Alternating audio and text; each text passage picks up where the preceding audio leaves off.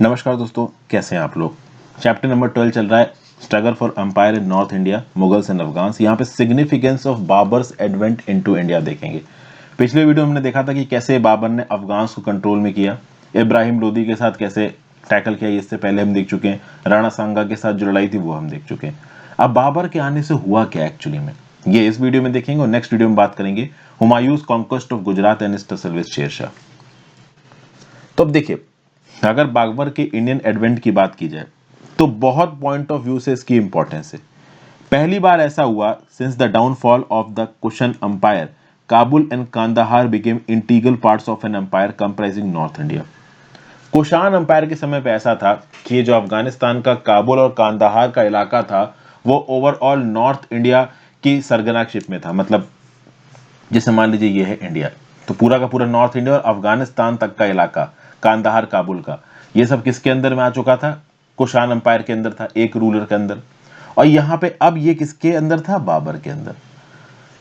तो कुशान एम्पायर के बाद बाबर ने ये प्रथा शुरू की कि काबुल, कांदाहार और ऑलमोस्ट एक बहुत बड़ा नॉर्थ इंडिया का इलाका बाबर के अंदर आ रहा था। यानी आप कह सकते हो कि मुगल डायनेस्टी के अंदर आ रहा था। इससे पहले ये जो काबुल और कांदाहार वाले इलाके थे, इन इलाकों को बेस बना के इंडिया के ऊपर अटैक किया जाता था। तैमूर ने जब इंडिया के ऊपर अटैक किया तो इन इलाकों को बेस बना के किया। अब कांदाहार, अब देखिए नॉर्थ इंडिया में अगर ऐसा कोई रूलर गद्दी पर बैठा है जो कि उस समय पे कांदाहार और काबुल जैसे इलाकों पे कब्जा कर रखा है उसने, तो डेफिनेटली फिर भाई इंडिया के अगेंस्ट अटैक करके इंडिया को जीत पाना बहुत मुश्किल था। अगर नॉर्थ इंडिया के ऊपर बादशाह चाहिए तो पहले काबुल कांदाहार को जीतना पड़ेगा, फिर पाकिस्तान, प्रेजेंट डे पाकिस्तान में घुसना पड़ेगा। लेकिन उस समय पे बाबर के पास ये काबुल कांदाहार दोनों आ चुके थे। प्लस काबुल कांदाहार आने से ये भी हुआ कि इंडिया का फॉरेन ट्रेड भी यहां पे स्ट्रेंथन हो गया, क्योंकि जो काबुल और कांदाहार थे, ये आप कह सकते हो कि जो चाइना का दुनिया के साथ ट्रेड होता था थ्रू द लैंड बॉर्डर, वो एक काबुल कांदाहार के थ्रू होता हुआ गुजरता था। तो अगर कोई कैरावन को चाइना जाना है तो काबुल कांदाहार के थ्रू होता हुआ आएगा। चाइनीज गुड्स इस रूट से निकला करते थे। प्लस बाबर के आने से इब्राहिम लोदी हार चुका था, राणा सांगा हार चुके थे, तो रीजनल पावर्स बहुत हद तक डिस्ट्रॉय हो चुकी थी। और अब शुरुआत हो चुकी थी एक ऐसे पैटर्न की जिससे एक बहुत बड़ी ऑल इंडिया डायनेस्टी यहां पे स्टैब्लिश होगी, जिसको आप मुगल एम्पायर बोलोगे। हालांकि ये सब बाबर के काल में नहीं हुआ, ना ही हुमायूं के काल पे हो पाया। अकबर के काल में ये प्रोसेस प्रॉपर तरीके से शुरू होगा, लेकिन एक बेस बन चुका था। बाबर का इब्राहिम लोदी को हराना और राणा सांगा को हरा देना, इन दोनों पावर्स खत्म कर देना, काफी हद तक अफगान को खत्म कर देना, इसी ने यहाँ पे नींव डाली थी कि आगे आने वाले समय पूरा का पूरा इंडिया एक डायनेस्टी के अंदर यूनाइट हो सकता है। ओके, लेकिन उसमें बहुत सारी इफ्स एंड बट्स थे, वो इफ्स एंड बट्स को हम आगे देखेंगे। फिर बाबर ने क्या किया कि भाई Babur introduced a new mode of warfare in India. एक अलग ही तरीके की लड़ाई करने का तरीका यहाँ पे बाबर ने शुरू किया। Although gunpowder was known in India earlier, Babur showed what a skilled combination of artillery and cavalry could achieve. Artillery और कैवलरी को मिला के, आर्टिलरी मतलब तोपे लगा के आगे की तरफ गोले बरसाना, उसके साथ साथ कैवलरी, इन्फेंट्री, इन्फेंट्री मतलब जो जमीन पे चलते हुए सैनिक है, कैवलरी मतलब जो घुड़सवार सैनिक है, इन सबको मिला दिया। गन पाउडर के इस्तेमाल को यहाँ पे मिला दिया। इनफैक्ट गन पाउडर और आर्टिलरी का जो लीथल कॉम्बिनेशन था, इसको बाबर ने यहाँ पे इंप्लीमेंट किया। तो डेफिनेटली गन पावर पहले से था इंडिया के अंदर, गन पाउडर, लेकिन उसको मेजर स्केल पे इस्तेमाल करके बैटल्स जीतना, ये जो ट्रेंड था ना, ये यहाँ पे बाबर ने शुरू किया। और एक और बात थी, चूंकि आर्टिलरी को इस्तेमाल करना एक महंगा सौदा है, छोटे मोटे अंपायर्स आर्टिलरी को इस्तेमाल नहीं कर सकते। आर्टिलरी को वही अंपायर्स, वही राजा यूज कर सकते हैं जिनके पास बहुत सारे रिसोर्सेज हैं। तो आगे आने वाले समय में जो छोटे छोटे राजे रजवाड़े हैं, ये धीरे धीरे करके खत्म होने लगेंगे। अगर कोई राजा स्टैब्लिश होगा किसी बड़े इलाके में, तो अगर वो फाइनेंशियली बहुत साउंड है, अपनी मिलिट्री एक्सपेंडिचर में बहुत सारा पैसा खत्म कर सकता है, तो वही स्टैब्लिश हो पाएगा, क्योंकि आर्टिलरी अब एक्सपेंसिव हो रही थी। तो बाबर के आने के बाद से इंडिया में मुगल डायनेस्टी की बनने की बात हुई, और अब वही डायनेस्टी सरवाइव कर पाएंगी जो काफी बड़ी होंगी, जिनके पास से अच्छे फाइनेंसेस होंगे, क्योंकि वही उतना खर्चा कर सकती है अपनी मिलिट्री के ऊपर। ओके, फिर by his new military methods as well as by his personal conduct, Babar re-established the prestige of the crown which had been eroded since the death of Firoz Tughlaq. Babar की खास बात थी कि वो अपने जो साथ के लोग थे, जो साथ के बेग थे, जो उसके मिलिट्री कमांडर्स थे, उनके साथ तरीके से पेश आता था। जैसा कि मैंने पहले भी वीडियो में बताया था, जो बेग्स थे, मिलिट्री कमांडर्स थे बाबर के, वो बहुत लंबे समय तक इंडिया में नहीं रुकना चाहते थे, तो बाबर ने उनको फोर्स नहीं किया। बाबर ने बोला कि भाई ठीक है, जो वापस जाना चाहता है वो वापस जा सकता है, उसके ऊपर किसी भी प्रकार की कोई रोक टोक नहीं है। अब इससे पहले जो इब्राहिम लोदी थे, सिकंदर लोदी थे, ये सब थे अफगान। अब अफगानों के अंदर क्या था कि भाई ट्राइबल इंडिपेंडेंस, हम किसी एक केंद्र की सरकार की बात मानेंगे ही नहीं। तो आप देखोगे कि फिरोज तुगलक के मरने के बाद लोदी डायनेस्टी के दौरान जो सेंट्रलाइज्ड अथॉरिटी थी, जो ट्राइबल चीफ्स थे जो उनकी बातें नहीं मान रहे थे, इस प्रकार की चीजें यहाँ पे हटी और ओवरऑल बाबर की लीडरशिप को एक्चुअली इसके मिलिट्री लीडर्स ने माना। ओके, फिर बाबर के पास एक और प्रेस्टीज थी। He was a descendant of the two most famous warriors of Asia, Genghis और तिमूर, दोनों का ही खून दौड़ रहा था भाई बाबर के रगों में। ओके, इसीलिए कोई भी नोबल बाबर की बराबरी का दर्जा नहीं कर सकता था और कोई बाबर को कंपीट भी नहीं कर सकता था कि भाई बाबर को हटा के मैं गद्दी पर बैठ जाऊं। ठीक है, तो ये सब चीजें भी थी यहाँ पे। कोई तिमूरिद डायनेस्टी का प्रिंस हो, तिमूर का ही कोई आप कह लो कि ऑफस्प्रिंग हो, वही बाबर को यहाँ पे चैलेंज कर सकता था, नहीं तो बाबर का गद्दी पर बैठना यहाँ पे तय था। तो ये सब बातें भी यहाँ पे मैटर करती हैं। फिर Babar endeared himself to his begs by his personal qualities, he was always prepared to share the hardship with his soldiers.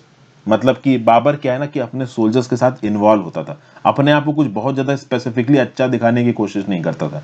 एक सर्दी की बात है, बाबर काबुल जा रहा था और काबुल के रास्ते में काफी बर्फबारी हो रही थी। बर्फ इतनी ज्यादा थी कि घोड़े के जो पांव है वो बर्फ में धंस सकते थे।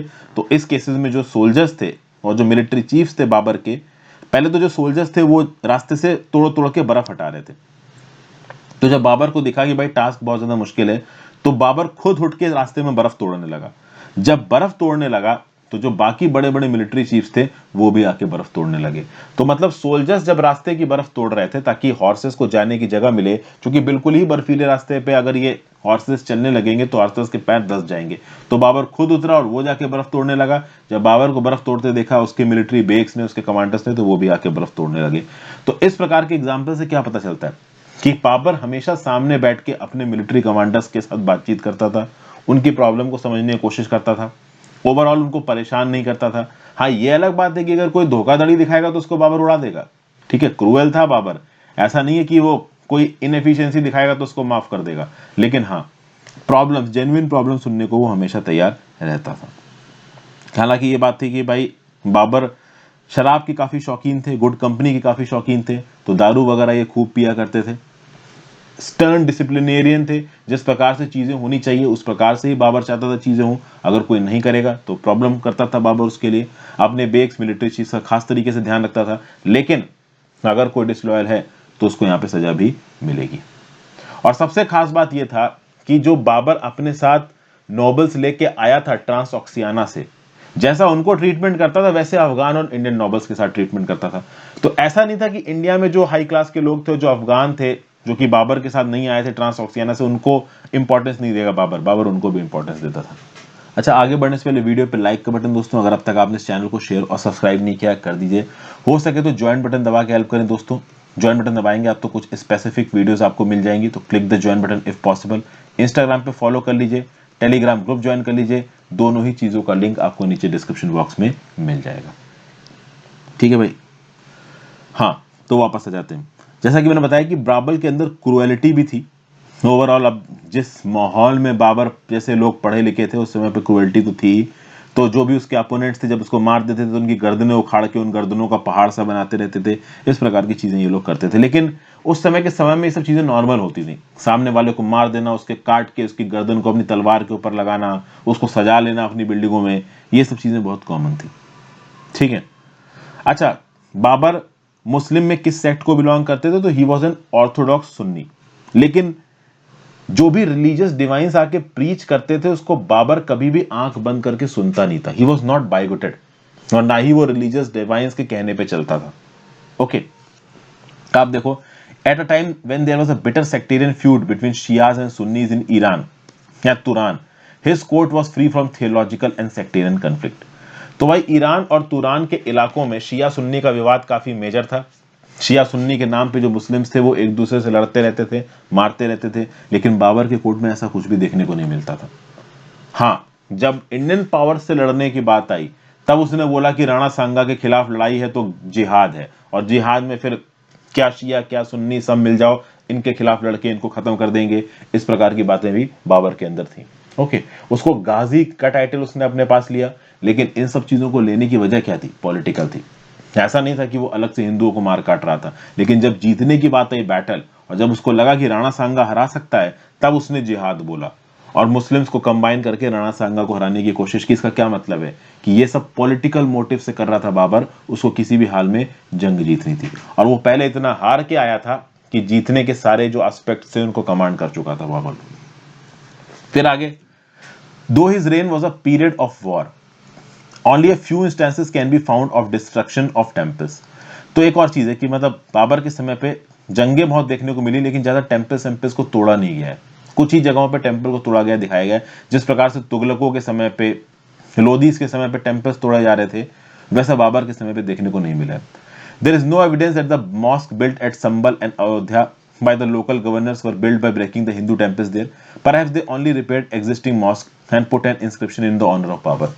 अब असल में हुआ यह है कि बाबर के समय पे ही कुछ हिंदू टेम्पल्स बनवाए गए, कुछ हिंदू टेम्पल्स को तोड़ के संबल और अयोध्या में मुस्लिम मॉस्क बनवाए गए, ऐसा बहुत सारे हिस्टोरियंस का बोलना है। कभी भी ये कहा जाता है कि बाबर ने बहुत सारे टेम्पल्स तोड़े और संबल अयोध्या में मॉस्क बनवाए। हालांकि संबल अयोध्या में जो मॉस्क बने हैं वो टेम्पल तोड़ के बने, इसका कोई प्रूफ नहीं है, ऐसा यहाँ पे लिखा है सतीश चंद्रा में। अब देखिए, ये बड़ी कंट्रोवर्शियल बातें हैं, तो ये मैं वही बता रहा हूँ भाई जो आपकी किताब में यहाँ पे लिख रखा है। ओके, बहुत सारे एग्जिस्टिंग मॉस्क था, उसको बाबर ने रिपेयर कराया, बट ऐसा नहीं है कि वो टेम्पल्स भी रिपेयर करा था, ये कुछ नहीं था। मॉस्क बना रहा था और हो सकता है कि भाई टेम्पल तोड़ के मॉस्क बनवा दिया हो, कोई बड़ी बात नहीं है। उस टाइम्स में ये सब कोई मेजर चीज नहीं है, टेम्पल तोड़ के मॉस्क बनवा देना it was very common. Okay, कुछ रूलर्स वैसे ऐसे होते थे जो कि इंटेंशनली ये काम किया करते थे, कुछ रूलर्स इंटेंशनली ये काम नहीं किया करते थे।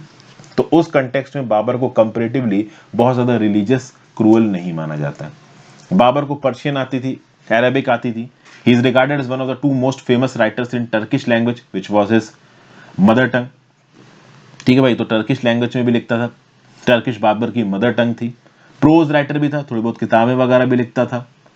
इसका एक फेमस मेमोर है तुजुक ई बबरी। ठीक है, तो तुजुक ई बबरी भी बाबर ने खुद ही लिखी है। फिर इसके कुछ और वर्ड्स हैं जैसे कि मसनवी, it includes a masnavi in the Turkish translation of a well known Sufi work. तो एक सूफी वर्क ने जो अपनी किताब लिखी थी उसको टर्किश में ट्रांसलेट किया है यहाँ पे बाबर ने। उस समय के जो फेमस पोएट्स थे, आर्टिस्ट थे अपने टाइम के, उनके साथ लगातार टच में था बाबर। तो बाबर आर्ट वगैरह का शौकीन था, ये बात तो क्लियर है। एक नेचुरलिस्ट था, फ्लोरा और फौना, प्लांट और एनिमल डाइवर्सिटी में बहुत शौक था बाबर को। बहुत सारे फॉर्मल गार्डन्स जो भी इसके इलाके आते थे बाबर के पास, उसमें बहुत सारे फॉर्मल गार्डन्स को बनाया है बाबर ने, जहां पे पानी लगातार फ्लो करता रहता है। ठीक है, तो गार्डन बिल्डिंग की प्रक्रिया में काफी एक्टिवली इन्वॉल्व होता था बाबर। Then Babur introduced a new concept of the state which was to be based on the strength and prestige of the crown, absence of religious and sectarian bigotry, and the careful fostering of culture and the fine arts. He thus provided a precedent and direction for his successors. मतलब कि बाबर ने एक ऐसा state बनाने की कोशिश की, उसने एक ऐसी पद पार्टी यहां पे इंट्रोड्यूस की जो कि क्राउन की स्ट्रेंथ और प्रेस्टीज पे चलेगा, जिसमें किसी भी प्रकार की रिलीजियस या सेक्टेरियन बाइग्रोटरी नहीं होगी। टैलेंट के हिसाब से आपको रिप्रेजेंटेशन मिलेगा, सारे कल्चर्स को इंपॉर्टेंस दी जाएगी, फाइन आर्ट्स को इंपॉर्टेंस दी जाएगी। और बाबर ने यहाँ पे जिस प्रकार के रिलीजियस टॉलरेशन को अडॉप्ट किया है, आगे अकबर चल के इसको अडॉप्ट करेगा। हालांकि मैं आपको फिर से बता दूं कि बाबर के रिलीजियस टॉलरेशन को लेके काफी डाउट्स है, बहुत ज्यादा इंफॉर्मेशन अवेलेबल नहीं है। बाबर के समय पे भी बहुत से टेम्पल्स तोड़े गए हैं, मस्जिदें बनाई गई हैं। अब वो बाबर के ऑर्डर्स पे सीधे सीधे बनाई गई, इसके बारे में ज्यादा कुछ कहा नहीं जा सकता। लेकिन रिलीजियस बाइगोट्री एटलीस्ट एडमिनिस्ट्रेशन में तो बाबर नहीं अडॉप्ट करता था, और क्राउन की प्रेस्टीज थी। मतलब अगर राजा बैठा है तो ये राजा है और राजा के साथ कोई मुंह नहीं खोलेगा, ये बात तो भाई थी। ऐसा नहीं है कि भाई लोदीज के समय पे जो अफगान चीफ्स हैं वो लोदी के अगेंस्ट खुल के बोलने लगे, ये सब बाबर के समय पे नहीं होता था। तो बाबर के बारे में हमने यहाँ पे एक बेसिक जानकारी समझी है, आई होप आपको पसंद आई होगी। तो बाबर का जो एडवेंट हुआ था इंडिया के अंदर, उसके क्या क्या इंपॉर्टेंट सिग्निफिकेंस थे, ये हमने देखे।